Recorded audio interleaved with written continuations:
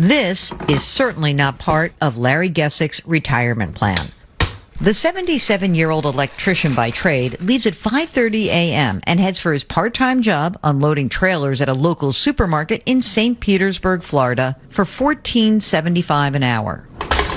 His wife, Joyce, 66, prepares for her workday, making $14 an hour as a full-time legal administrator. It's not really a retirement.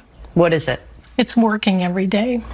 The Gessicks came out of retirement not because they wanted to, but because they had to, and are among the 11 million Americans, 1 in 5 over 65, who are still working. It's hard, 77, still busting my butt.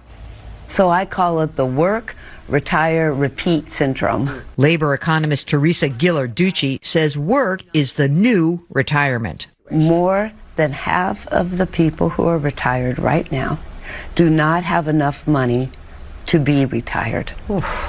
Who's to blame for all of this?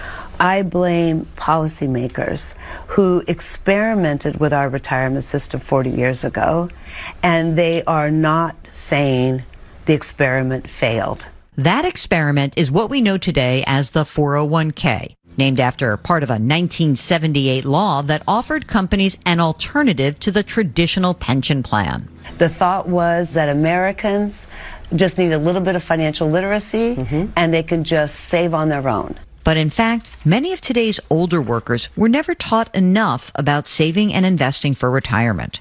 I grew up on a farm. Nobody there instructed any of us to put money aside and make your own way later on down the road. Whether you're past 65 like the Gessicks or almost their ages, there are a few rules of the road to keep in mind. Basically, everyone needs a plan.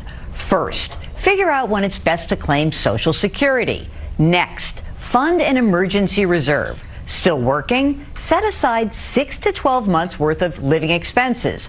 Already retired? Make it 1 to 2 years worth. And keep that reserve in a safe, easily accessible interest-bearing account. Like many working Americans, the Gessicks were more doers than savers. They drained their 401ks. I think to us it felt more like a savings account than to focus on, I need to have this piled up to actually live on. They have a mortgage, a car loan, and are paying down about $12,000 in other debt. But even with Social Security, some old pension funds, and their paychecks, money is tight. All these expenses and the debt pay down leaves you with very little money every month, right? Yes. How much is that? $50.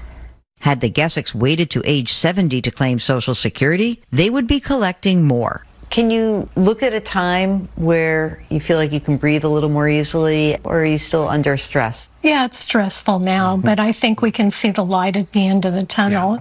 Getting there won't be easy. For Eye in America, Jill Schlesinger in St. Petersburg, Florida.